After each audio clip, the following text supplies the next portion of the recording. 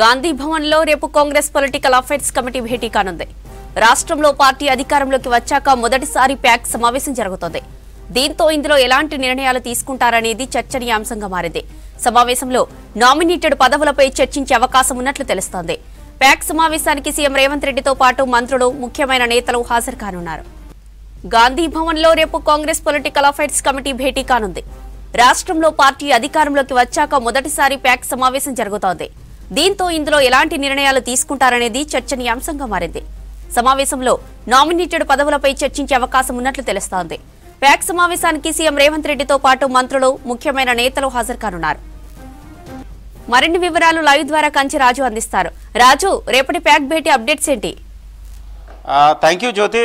రేపు గాంధీ భవన్లో పిఎస్సి సమావేశం కొనసాగబోతుంది. మొదటిసారిగా అంటే కాంగ్రెస్ పార్టీ అధికారంలోకి వచ్చిన తర్వాత మొదటిసారిగా పిఎస్సి సమావేశం ఉంటుంది. పిఎస్సి సమావేశంలో సీఎం రేవంత్ రెడ్డి, అదేవిధంగా డిప్యూటీ సీఎం బట్టి విక్రమార్క, దాంతోపాటు మంత్రులు, అదేవిధంగా కాంగ్రెస్ పార్టీకి సంబంధించిన సీనియర్ నేతలంతా ఈ పిఎస్సి సమావేశంలో పాల్గొనే అవకాశం అయితే కనబడుతుంది. అయితే ప్రధానంగా కాంగ్రెస్ పార్టీ అధికారంలోకి తీసుకురావడానికి తెలంగాణ ప్రజలు ఏకగ్రీవంగా కాంగ్రెస్ పార్టీని అధికారంలో తీసుకొచ్చారు కాబట్టి వాళ్లకు కృతజ్ఞత తీర్మానంతో పాటు మరికొన్ని చాలా కీలకమైన అంశాలపైన చర్చించే అవకాశం అయితే కనబడుతుంది. ఎందుకంటే తెలంగాణ ఇచ్చిన తర్వాత కాంగ్రెస్ పార్టీ 10 ఏళ్ల తర్వాత అధికారంలోకి వచ్చింది. తెలంగాణ ఏ లక్ష్యం కోసం అయితే ఏర్పడిందో, నీళ్లు నిధులు నియామకాలు, ఆ లక్ష్యానికి అనుగుణంగా తెలంగాణలో కాంగ్రెస్ పార్టీ, కాంగ్రెస్ ప్రభుత్వం పనిచేయాలి అనే దానిపైన కూడా రేపు పిఎస్సి సమావేశంలో చర్చించే అవకాశం ఉంటుంది. దాంతోపాటు రీసెంట్గా కొన్ని నామినేటెడ్ పదవులకు సంబంధించిన అన్ని ఆ పదవుల్లో ఉన్న చైర్మన్లను, వైస్ చైర్మన్లను అందరినీ పూర్తిగా రద్దు చేశారు. ఆ పదవులకు సంబంధించిన కేటాయింపులు కూడా పార్టీలో గత కొంతకాలం నుంచి పనిచేసిన నేతలకు ఆ పదవులు కేటాయించాల్సిన అవకాశం ఉంటుంది, అవసరం ఉంటుంది. కాబట్టి ఆ పదవుల కేటాయింపుల పైన కూడా ఈ పిఎస్సి సమావేశంలో చర్చ జరిగే అవకాశం ఉంటుంది. దాంతోపాటు ఒకవైపు పిసిసి ప్రెసిడెంట్గా, అదేవిధంగా సీఎంగా రేవంత్ రెడ్డి ఉన్నారు కాబట్టి పార్టీని, ప్రభుత్వాన్ని ఏ విధంగా నడిపించాలనే దానిపైన కూడా చర్చించే అవకాశం అయితే ఉంది. సో ఇప్పుడు మనతోని PCC working president Mahesh Kumar Goud ఉన్నారు. ఆయన అడిగి తెలుసుకుందాం. సార్ చెప్పండి సార్, అంటే కాంగ్రెస్ పార్టీ చాలా కాలం ప్రతిపక్షంలో ఉండి పోరాటం చేసింది. ఇప్పుడు కాంగ్రెస్ పార్టీ అధికారంలోకి వచ్చింది. మొదటిసారిగా పిఎస్సి సమావేశం రేపు గాంధీ భవన్లో నిర్వహించబోతున్నారు. ఎజెండా అంశాలు ఏ విధంగా ఉండబోతున్నాయి, ఏ అంశాల మీద ప్రధానంగా చర్చించే అవకాశం ఉంటుంది? ఈ పొలిటికల్ అఫైర్స్ కమిటీ అనేది అత్యున్నత నిర్ణాయక మండలి కాంగ్రెస్ పార్టీలో. గతంలో గత 3 సంవత్సరాలుగా చాలాసార్లు పిఎస్ సమావేశం అవడం, కాంగ్రెస్ అధికారంలోకి రావాల్సినటువంటి ఆవశ్యకతని దృష్టించి తీసుకోవాల్సిన అంశాలన్నీ కూడా పిఎస్లో తీసుకోవడం జరిగింది. ఇవాళ రేపు జరగబోయే పిఎస్లో ముఖ్యంగా తెలంగాణ రాష్ట్రానికి, రాష్ట్ర ప్రజానీకానికి పిఎస్సి సమావేశం ధన్యవాదాలు తెలబోతూ ఉంది. కాంగ్రెస్ పార్టీని, సోనియా గాంధీ గారిని, రాహుల్ గాంధీ గారిని, ప్రియాంక గాంధీ గారు మాట్లాడినటువంటి మాటలు నమ్మి రేవంత్ రెడ్డి గారి మీద నమ్మకంతో ఇవాళ రాష్ట్రంలో కాంగ్రెస్కి అధికారం కట్టబెట్టినారు.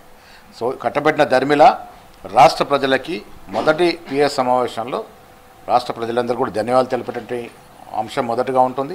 తర్వాత మేము ఇచ్చినటువంటి 6 గ్యారెంటీలు నమ్మి ప్రజలైతే మాకు ఓటేస్తున్నారో ఆ 6 గ్యారెంటీలను ఏ విధంగా ముందుకు తీసుకెళ్ళాలి, ఏ విధంగా వాటిని సక్సెస్ఫుల్గా ప్రజలకు చేరవేయాలనే దాని మీద ప్రధాన చర్చ ఉండే అవకాశం ఉంది. ఈ నామినేటెడ్ పోస్టులకు సంబంధించిన అంశం మీద ఏమైనా చర్చించే అవకాశం ఉంటుంది? చాలామంది కాంగ్రెస్ పార్టీ ప్రభుత్వంలోకి రావడానికి చాలా వరకు కష్టపడి పనిచేశారు. మీరు కూడా పిసిసి వర్కింగ్ ప్రెసిడెంట్గా ఉండి పనిచేసిన పరిస్థితి కనబడుతుంది. రేపు పోస్టుల భర్తీ కావచ్చు, ఇతర అంశాలు కావచ్చు, దీని మీద ఏమైనా చర్చించే అవకాశం ఏమన్నా?